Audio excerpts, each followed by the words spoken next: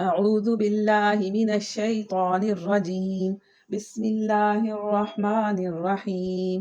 رب اشرح لي صدري ويسر لي أمري واحلل عقدة من لساني يفقه قولي. رب زدني علما. اللهم فقهنا في الدين. رب يسر ولا تعسر وتمم بالخير وبك نستعين.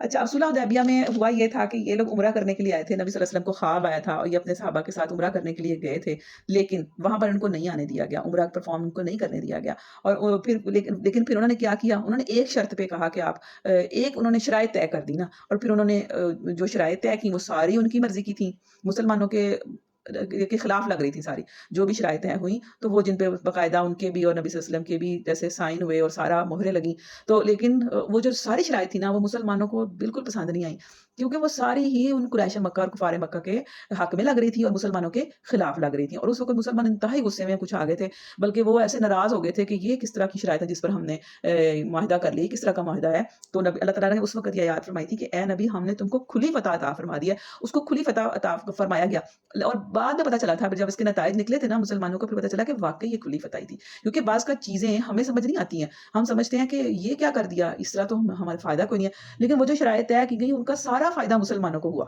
آنے والے وقت نے بتایا کہ اتنا فائدہ مسلمانوں کو ہو گیا کہ وہ خود ہی کہنے لگے کہ بس اس شرائط کو آپ ختم کر دیں، باقاعدہ ابو سفیان آیا، اس نے آ کے کہا کہ یہ شرائط ختم کر دی جائے، ہمارے تو بڑا مسئلہ بن گیا ان شرائط کی وجہ سے، اور فرمایا کہ اللہ تعالیٰ کیا کرے تاکہ تمہاری اگلی پچھلی ہر کوتاہی سے درگزر فرمائے اور تم پر اپنی نعمت کی تکمیل کر دے اور تمہیں سیدھا راستہ دکھائے۔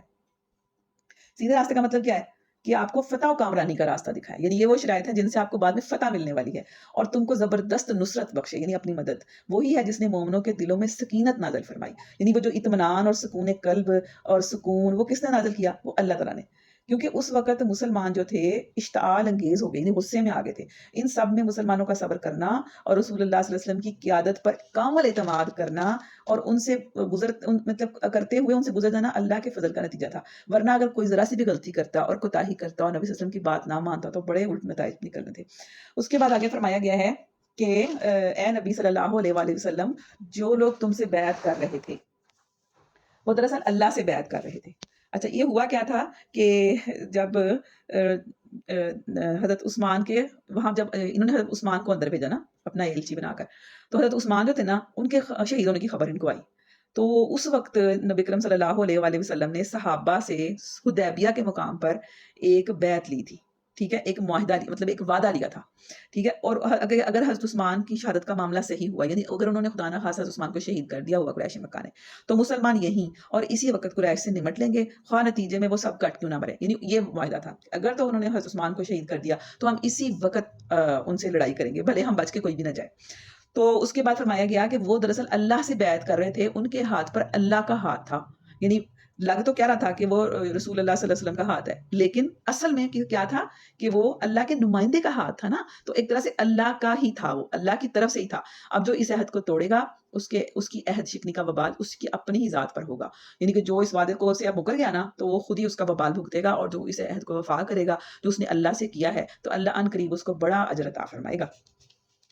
اور پھر اس کے بعد ہم دیکھتے ہیں کہ اللہ تعالیٰ نے اللہ تعالیٰ فرماتے ہیں کہ اللہ مومنوں سے خوش ہو گیا، یعنی جب انہوں نے وہ بیعت کی، جب وہ درخت کے نیچے تم سے بیعت کر رہے تھے، ان کے دلوں کا حال اس کو معلوم تھا، اس لیے اس نے ان پر سکینت نازل فرمائی، یعنی یہاں یعنی ان کے دل کو سکون دے دیا، اطمینان دے دیا، یعنی وہ اپنے آپ کو ہر خطرے میں ڈالنے کے لیے تیار ہو گئے، اتنا پھر بھی سکون دے دیا، اور ان کے دلوں اچھا، اور ان کو انعام میں قریبی فتح بخشی اور بہت سا مال غنیمت ان کو عطا کر دیا جس سے وہ ان قریب حاصل کریں گے، یہ خیبر کی فتح تھی اور اس کا مال غنیمت تھا۔ اللہ زبردست اور حکیم ہے، اللہ تم سے کثرت اموال غنیمت کا وعدہ کرتا ہے جو تم حاصل کرو گے، یعنی اللہ تعالیٰ وعدہ کر رہا ہے کہ تم ان قریب جنگیں جیتو گے اور کیا ہوگا، تمہیں مال غنیمت بھی ملے گا، فوری طور پر تو یہ فتح اس نے تمہیں عطا کر دی اور لوگوں کے ہاتھ تمہارے خلاف اٹھنے سے روک دیے تاکہ یہ مومنوں کے لیے ایک نشانی بن جائے اور اللہ سیدھے راستے کی طرف تمہاری ہدایت بخشے، اس کے علاوہ بھی دوسری غنیمتوں کا بھی وہ تم سے وعدہ کر رہا ہے۔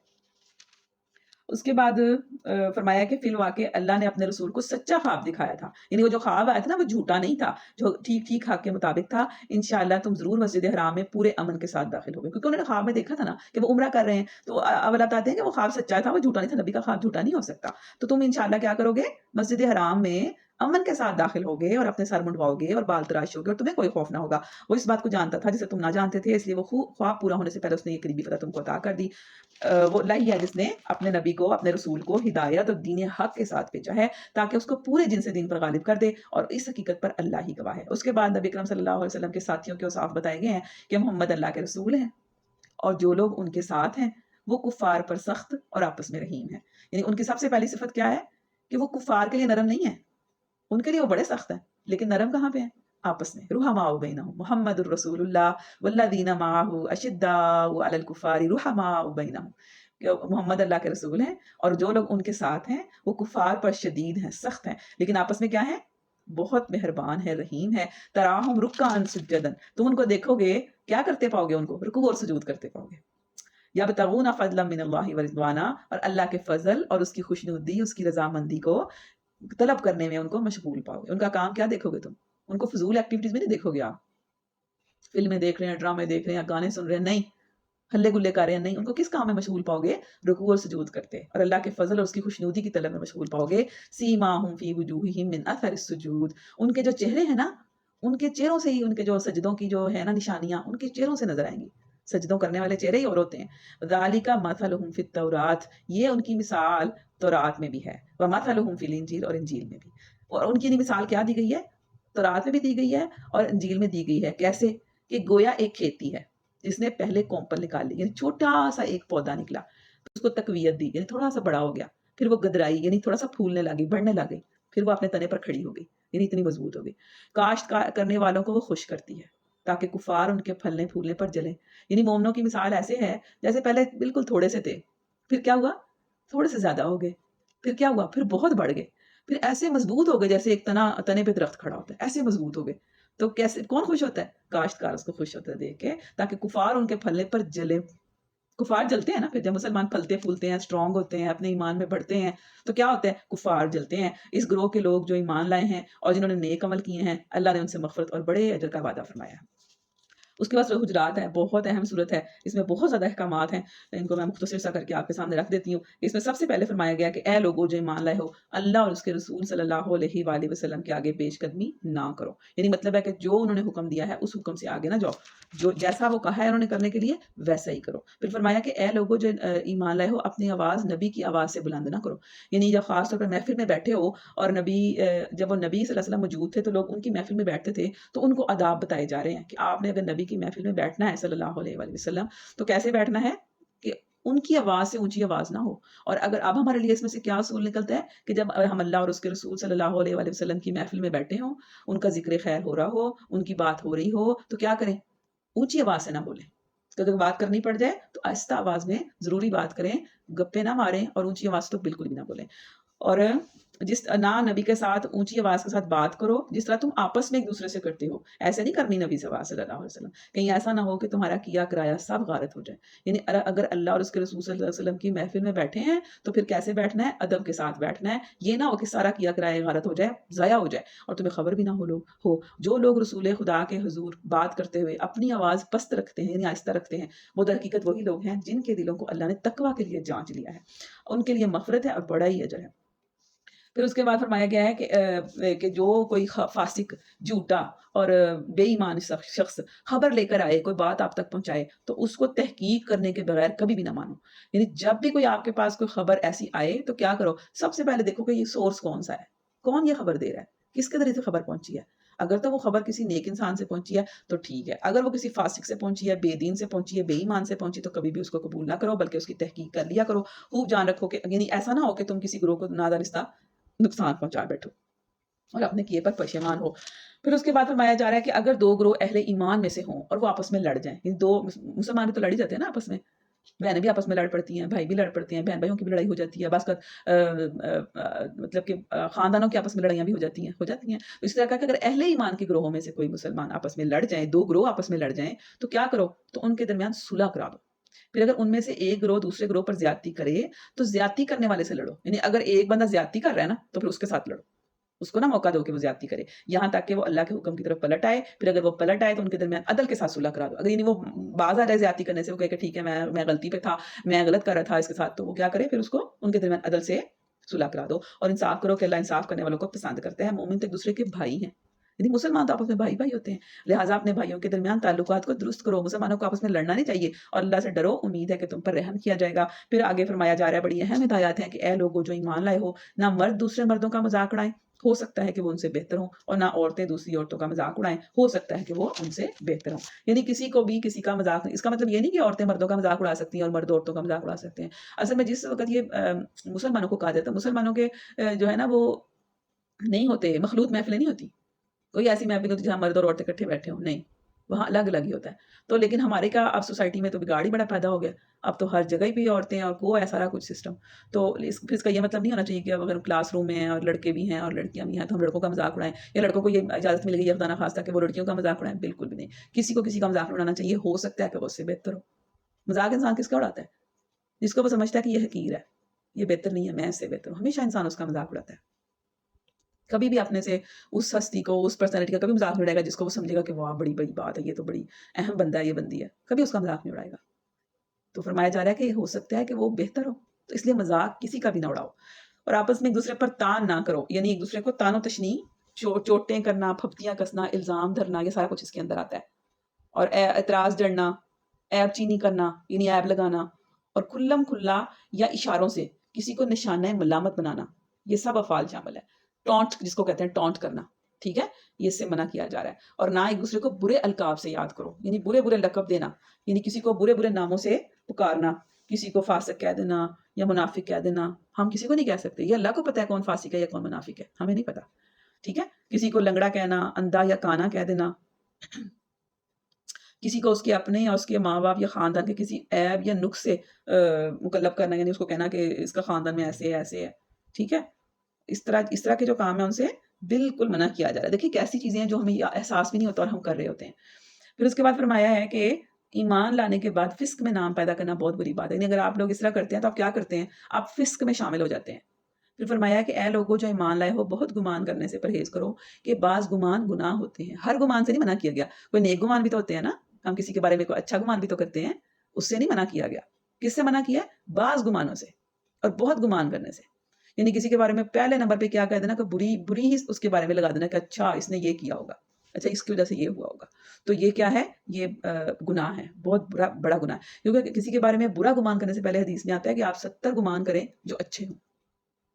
جب آپ کسی کو کچھ کرتا دیکھیں تو بظاہر وہ لگے کہ یہ صحیح نہیں کر رہا، تو آپ کیا کریں؟ پھر اس کے بارے میں نیک گمان کریں کہ ہو سکتا ہے یہ وجہ ہوئی ہو سکتا ہے یہ ہو. جیسے فرض کریں وہ کوئی جوتا، ایسے محفل ہو کہیں بیٹھے ہوں لوگ تو جوتے پڑے ہوں، تو کوئی کسی کا جوتا پہن کے چلے جائے تو فوری طور پہ کیا گمان ہے گا کہ اچھا وہ میرا جوتا چرا کے لے گیا ہے نا. لیکن کیا کہا گیا کہ نیک گمان کریں کہ ہو سکتا ہے یہ سوچیں کہ ہو سکتا ہے غلطی سے اس نے پہن لیا ہو، ہے نا. اور بھی بہت سارے گمان بندہ اچھے کر سکتا ہے. تو پھر تو برے گمان کی نوبت ہی نہیں آئے گی. اگر ہم اچھے گمان کرنے شروع ہو جائیں گے تو برے گمان، بعض گمان گناہ ہوتے ہیں. اور تجسس نہ کرو، یعنی دوسروں کی جاسوسی کرنا، دوسرے کے بارے میں ٹو لگانا کہ وہ کس سے باتیں کر رہا ہے، کیا باتیں کر رہا ہے، فون پہ کس کا فون آیا ہے، اور دوسروں کے میسیجز دیکھنا، دوسروں کے پرائیویسی میں انٹرفیئر کرنا. دیکھیں پیرنٹس جو ہوتے ہیں نا اپنے بچوں کی نگرانی کرتے ہیں تو ان کا یہ فرض بنتا ہے کہ وہ ان کے موبائل چیک کریں، ان کے میسیجز دیکھیں، ان کے اوپر پوری کڑی نگرانی کریں. کیونکہ بچے تو نہ سمجھ ہے، ان کو تو نہیں پتا ہمارا برا کیا ہے بھلا کیا ہے. تو پیرنٹس کو تو پتا ہے نا. تو پیرنٹس نے ان کو دیکھنا ہے، ان کے فونز بھی چیک کرنے ہیں، ان پہ پوری رکھوالی کرنی ہے. بلکہ یہ پیرنٹس کی بڑی ذمہ داری ہے. ان کو ایسے نہیں چھوڑ سکتے کہ موبائل دیا ہے تو بس ٹھیک ہے جو مرضی کرو. اور بچہ یہ نہیں کہہ سکتا کہ بھی میرے پہ تجسس کیوں کر رہی ہیں آپ، یا میری کیوں ٹو لگا رہی ہیں. بالکل بھی نہیں بچہ کہہ سکتا. ٹھیک ہے. تو یہ پیرنٹس کا کام ہے کہ وہ ان کو چیک بھی کریں. ان پہ یہ رول نہیں اپلائی ہوتا، یہ والا حکم اللہ تعالیٰ کا. ٹھیک ہے. یہ ہوتا ہے دوسرے لوگوں کے بارے میں تجسس کرنا. تو پیرنٹس تو کریں گے اور اس کا آپ ان کو یہ نہیں کہہ سکتے. تو تجسس وہ آپ کا فون بھی چیک کریں گے، وہ آپ کے میسیج بھی دیکھیں گے، وہ آپ کے ساری ہر چیز کی رکھوالی کریں گے. لیکن آپ نے دوسروں کے کاموں میں ٹو نہیں لگانی، دوسروں کی کان لگا کے باتیں نہیں سننی، دوسروں کی ڈائریز نہیں پڑھنی. ٹھیک ہے. دوسروں کی میسیجز نہیں پڑھنے، دوسروں کی کالز جو ہیں وہ چھپ چھپ کے نہیں سننی. ٹھیک ہے. یہ ساری چیزیں اس کے اندر آ جاتی ہیں کیونکہ اس سے بہت ساری برائیاں جنم لیتی ہیں. جب آپ دوسروں کی باتیں سننے لگ جاتے ہیں نا، دوسروں کے عیب تلاش کرنے لگ جاتے ہیں، تو پھر کیا ہوتا ہے؟ بہت سارے معاملات خراب ہو جاتے ہیں. ٹھیک ہے. تو اس چیز سے بالکل سختی سے منع کیا گیا ہے. اور تم میں سے کوئی کسی کی غیبت نہ کرے. اچھا غیبت کیا ہوتی ہے؟ غیبت کا مطلب یہ ہے کہ آپ نبی صلی اللہ علیہ وسلم نے اس کی تعریف اس طرح فرمائی ہے کہ غیبت یہ ہے کہ تو اپنے بھائی کا ذکر اس طرح کرے جو اسے ناگوار ہو، یعنی اس کو برا لگے. عرض کیا کہ اگر وہ بات میرے بھائی میں ہو تو پھر، تو فرمایا کہ وہ بات اگر بھائی میں ہو تو تبھی وہ غیبت ہے. اگر وہ پائی نہ جائے تو وہ بہتان ہے، پھر تو وہ اس سے بھی بڑا ہے. یعنی تو حالانکہ وہ بھی بہت بڑا گناہ ہے. غیبت کرنا تو اتنا بڑا ہے جس کے بارے میں آگے آئے گا کہ ایسا ہے کہ تمہارے اندر کوئی ایسا ہے جو اپنے مرے ہوئے بھائی کا گوشت کھانا پسند کرے گا. یعنی غیبت کرنا اپنے جو آپ کے پاس اٹھ کے گیا ہے، ایک بندہ اٹھ کے گیا اور دوسرے بندہ بیٹھا ہے تو آپ اس کے ساتھ اس کی کوئی نہ کوئی برائی کر دیں تو یہ غیبت ہے. ٹھیک ہے. اور وہ ایسی بات کریں جو وہ سنیں تو اس کو بری لگے، لیکن اگر وہ بات اس کے اندر ہے ہی نہیں ہے تو پھر آپ اس کے اوپر بہتان لگا رہے ہیں. یہ بھی بہت بڑا گناہ ہے. اور چگلی کیا ہوتی ہے؟ چگلی ہوتی ہے ایک طرف سے اٹھ کے دوسری طرف سے پھیلا دینا. اس نے آپ سے کوئی بات شیئر کی ہے، آپ اس کی بات سنیں اور ایک اور کو جا کے بتا دیں.